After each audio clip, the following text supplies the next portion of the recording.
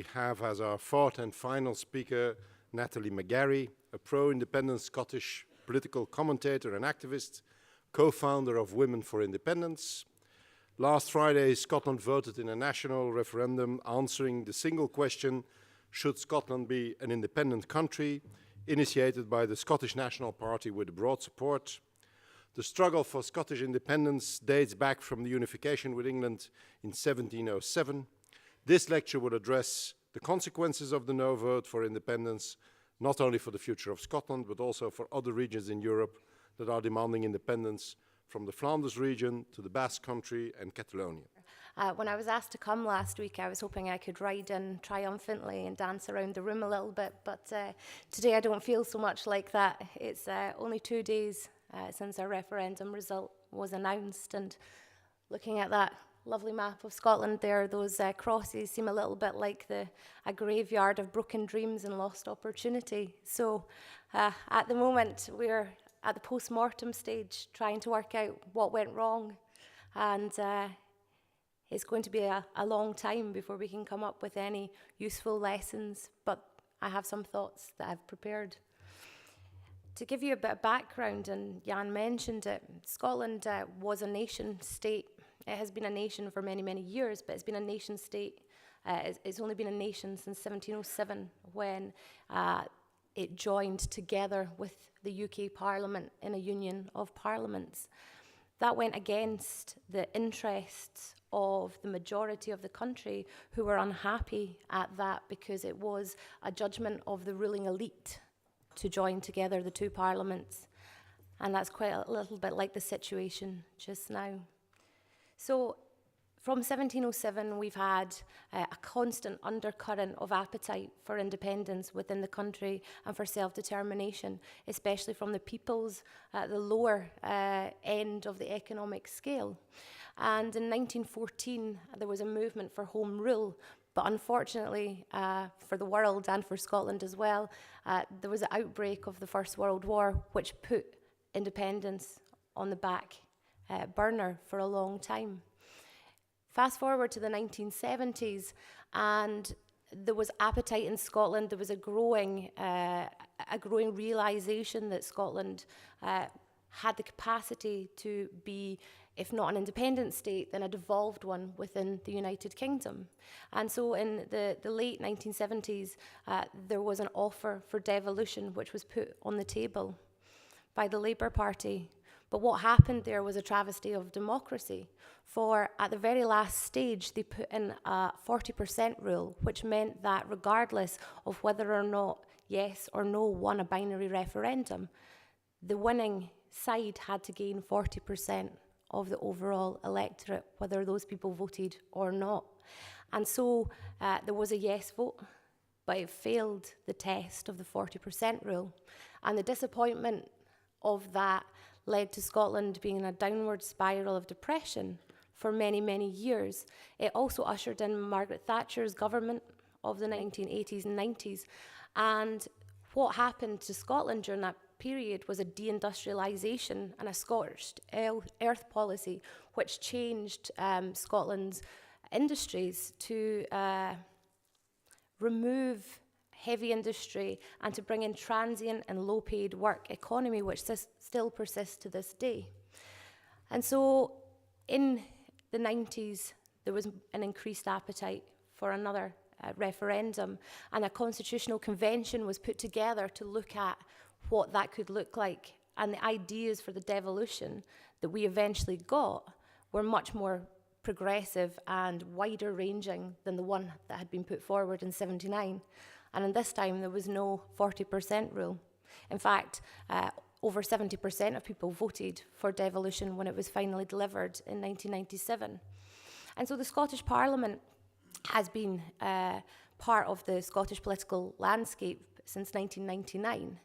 And during that period, we have seen a renaissance of Scottish discussion, intellect, culture, and a bit of confidence, because for people in Scotland, and this is something that persists to this day, there is a crisis of confidence. I know perhaps to the world Scotland looks brash and wearing our kilts and stuff when we go abroad, but there's a deep-seated lack of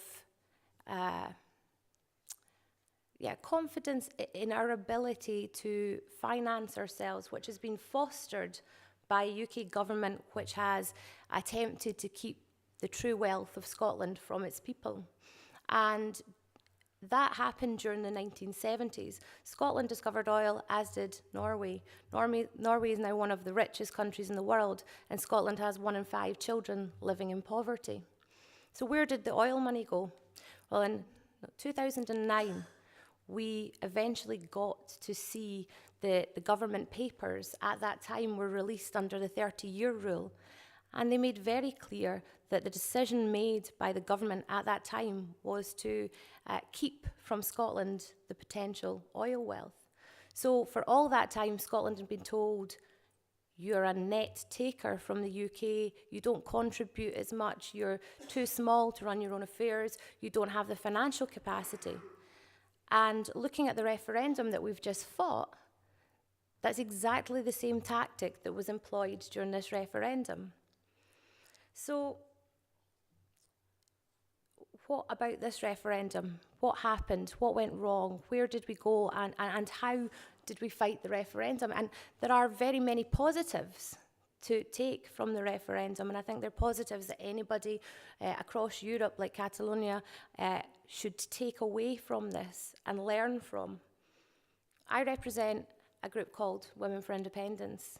We were formed at the beginning of 2012 in response to gender inequality in the UK, which is dreadful. The UK has fallen from 9th place to 27th place on the EU Gender Equality Index in the last 5 years. The austerity agenda attacks women's incomes, with 74% of the austerity coming from women. Women make up only 22% of the House of Commons and 24% of the unelected House of Lords, which is the second chamber in the UK. But also, going further than that into kind of cultural life, women make up only 9% of newspaper editors across the UK and no percentage of political editors in Scotland. And so Women for Independence was a reaction to all of those things, and also the fact that women are were less likely to vote for independence. Opinion polls consistently through 2011 showed a 20% gender gap in attitudes to independence. And so we wanted to do 3 things. We wanted to look at the gender gap and try to convince more women to vote for independence, to ensure that women's voices were represented in the independence debate, and also to ensure gender balance at meetings across the country and to establish a network of women to work with other women across the country. So that's where we started, and it was a kind of broad aim of a few women, which is now grown into a network of over 6,000 members, 50 local groups across the country. And so women have been organising across Scotland, organising meetings, organising events, organising tea parties, whatever it was, in order to reach women in the country. And by the time Scotland voted last week, the gender gap was down to 3%. So I think there's a lesson in there that when women decide to organise, then we can do it very effectively. We can make, in effect, real change in this country, my country, and any country, and let no one tell you that we are unable to do it, because the Better Together campaign, who were the opponents of independence, released some outrageously sexist, misogynist materials aimed at keeping women in our boxes. They suggested that women were too busy to engage with constitutional issues and in actual fact should sit and drink tea. And you may think that I'm being flippant about this, but I'm absolutely serious. This is what happened in our country. Women, drink your tea and eat your cereal. Well, we weren't having that, and we had quite a lot of fun with the video, but there's a wider lesson there about the overall approach of the Better Together campaign in the UK was to keep people down. It was very, very cynical, and it worked, because the UK government employed every piece of weapon in their armoury. They used world governments to tell Scotland that they wouldn't be accepted into international bodies. The EU was particularly bad. Barroso went on a one-man bandwagon against Scottish independence and spoke out at every opportunity to tell people in Scotland that they would not be allowed back in without reapplying to the EU, despite the fact that for 40 years our citizens have European citizenship and there is no mechanism to remove that from people in Scotland, or the fact that Scotland has all the assets that it does that other European countries would want to have. But obviously he speaks from a background of looking at Catalonia and other areas in the EU that could be inspired by Scotland voting yes, and that leads to a constitutional quandary. And then there was Obama, Angela Merkel, the Prime Minister of Australia. All these countries, some of them got independence from the UK, wanted to deny Scotland the opportunity to have our own independence. And so 2 weeks before the referendum, 2 weeks, there was an opinion poll which suggested that there might be a majority for independence. And if we thought that the world had come down upon us before then, we were prepared for nothing, for the world forces of geopolitics, global capitalism, and neoliberalism hit, with big business warning us against being independent. Prices would rise, that all of our banks would move out of the country, we would be unable to use our currency. And it worked.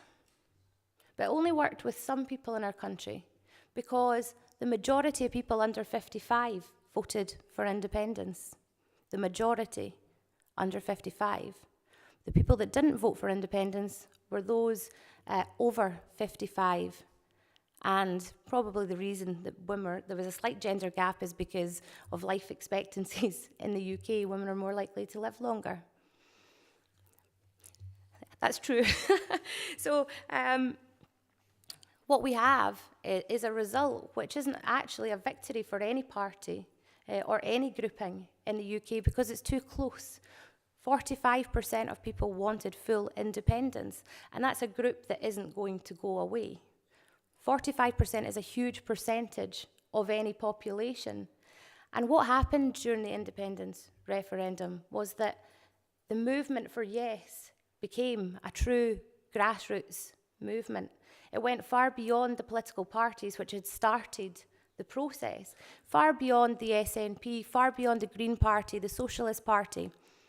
For independence in Scotland isn't about nationalism or flag waving. It was a movement from the left, as much about anti-austerity and anti-neoliberalism as anything else.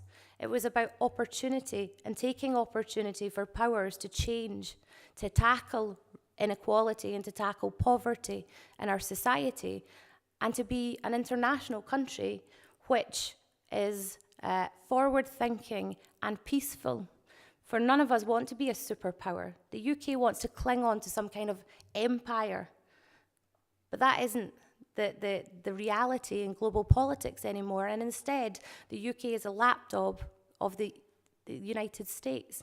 We want to move away from that to the trend of smaller states, cooperative states working together in peace.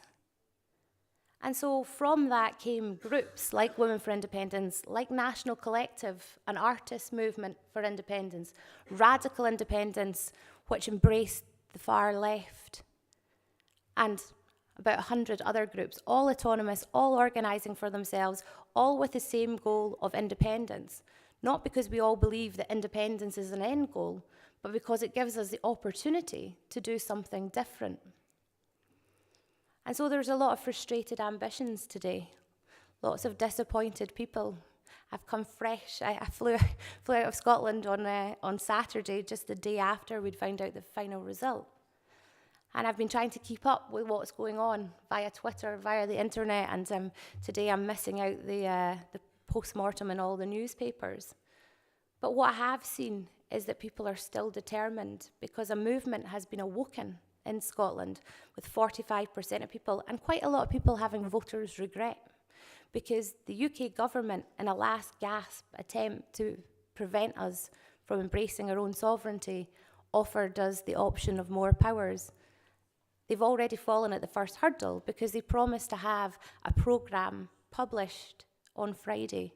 Well, that hasn't happened, and people are regretting it. They've been sold a lie. We've seen it before. In 1979, they told us that we would have the opportunity for more powers within the current constitutional settlement, and that didn't happen. And it's very similar to what happened in Quebec. In Quebec, they were offered more powers, and they're still waiting on those more powers. And so, what do you do with frustrated ambitions? Well, it seems like quite a lot of those people have turned to political parties. In the last few days, the SNP membership has increased by 20%. The Green Party has increased by 110%.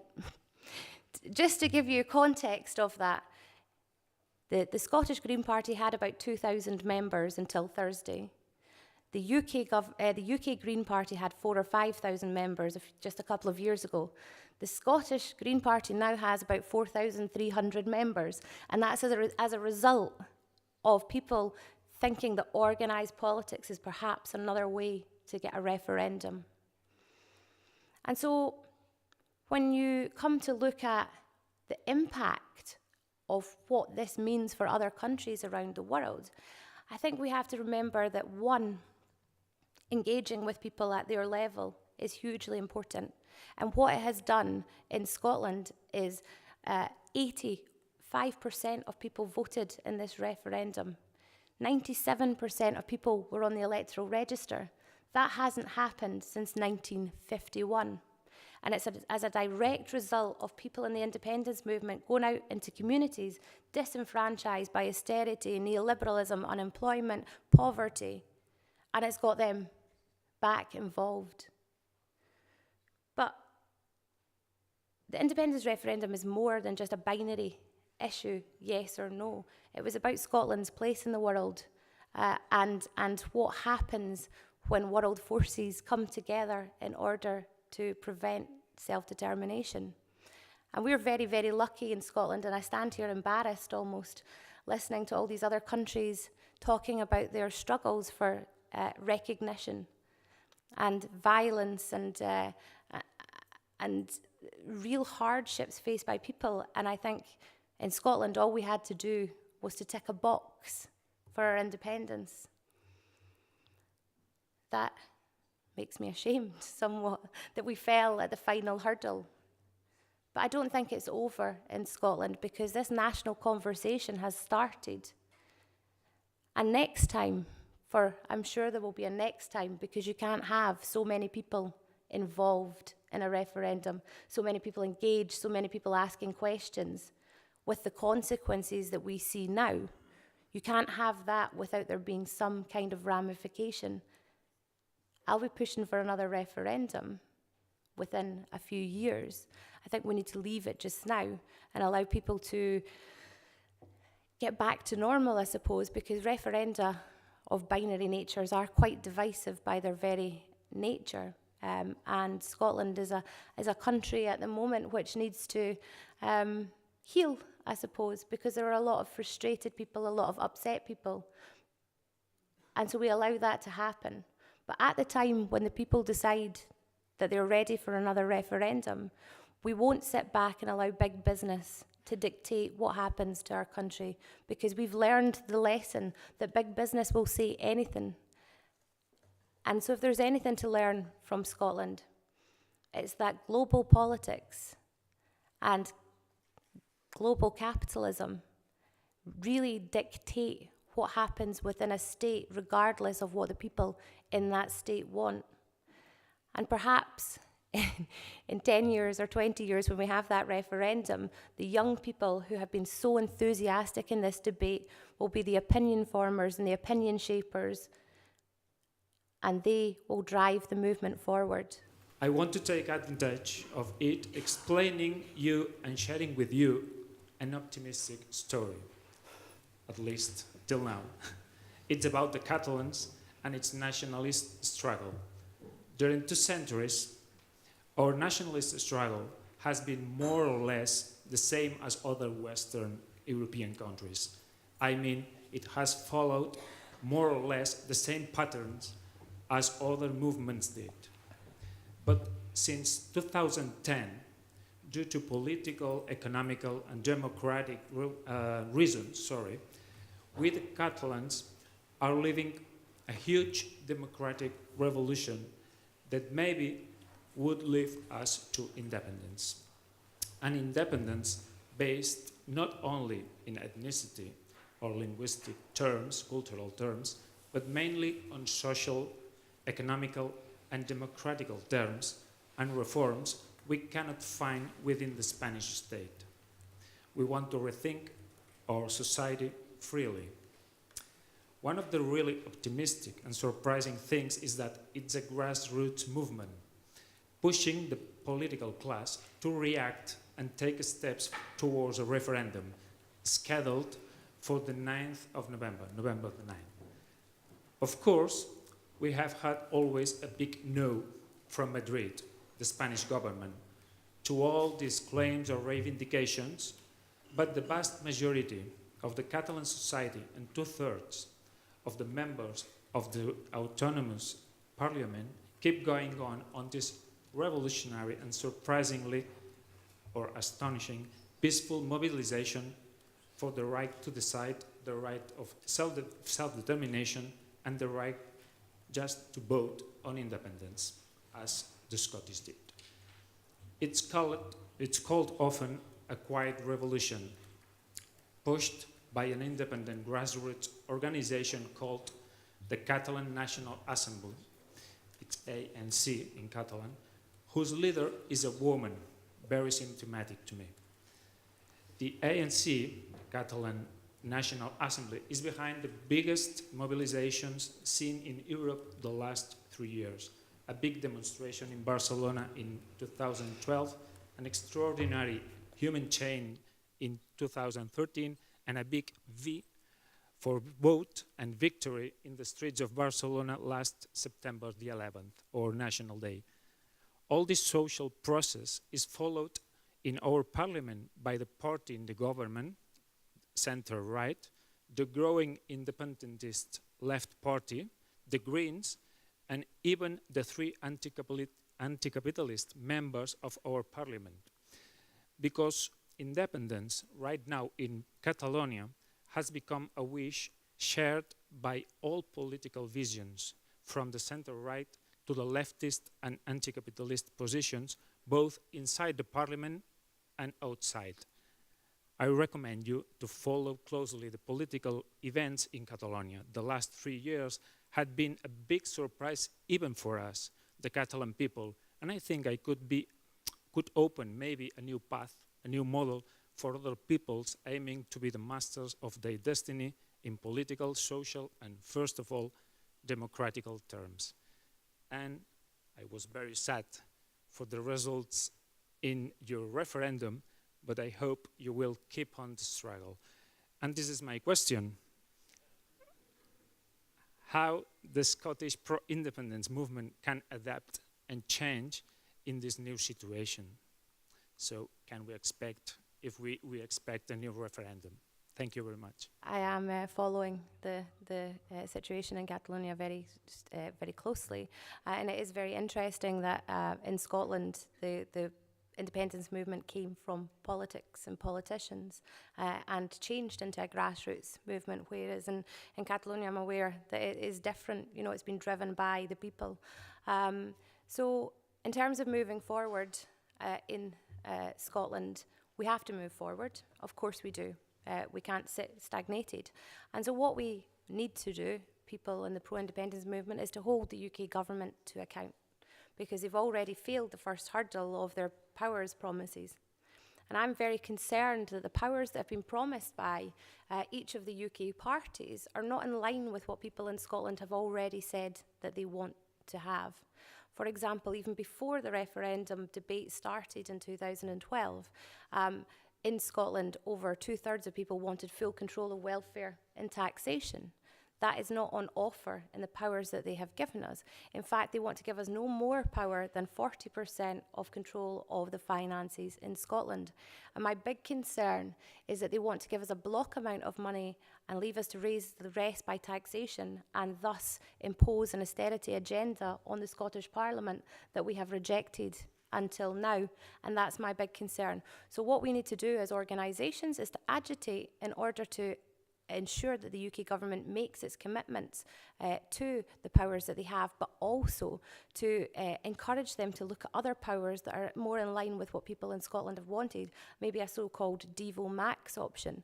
And so Women for Independence, of which I am one of the founding members, we have already written to the UK government because they've said that they're going to have a commission with Lord Kelvin. We have asked to ensure that a few things. One, that there's a gender balance on that panel, and also that we can be involved in the grassroots organisations that have shaped the debate have a place, and it moves outside politicians. So, we're at the very, very early stages. We've not even been a week since the referendum. It's only days, but we're already planning. And Women for Independence had already decided that regardless of what the outcome was, we were going to continue, and we now have an oversubscribed conference next week, and we're having to move it to a larger venue because it's been booked out 5 times already, because such is the appetite of people in the country to continue with some kind of holding to account for more powers. So these are just the very grassroots and the green shoots of something that we have to do, because we have to make the political situation work for us until such a time as the people tell us that they're ready for independence. And so it will be about holding to account, but also to keep the energy of the movement, because we can't allow the fact that we've managed to get so many people involved in politics for the first time to fall away, because their voices are more important than politicians' voices, and we need to encourage that and make sure that there's space for them to debate and hold to account.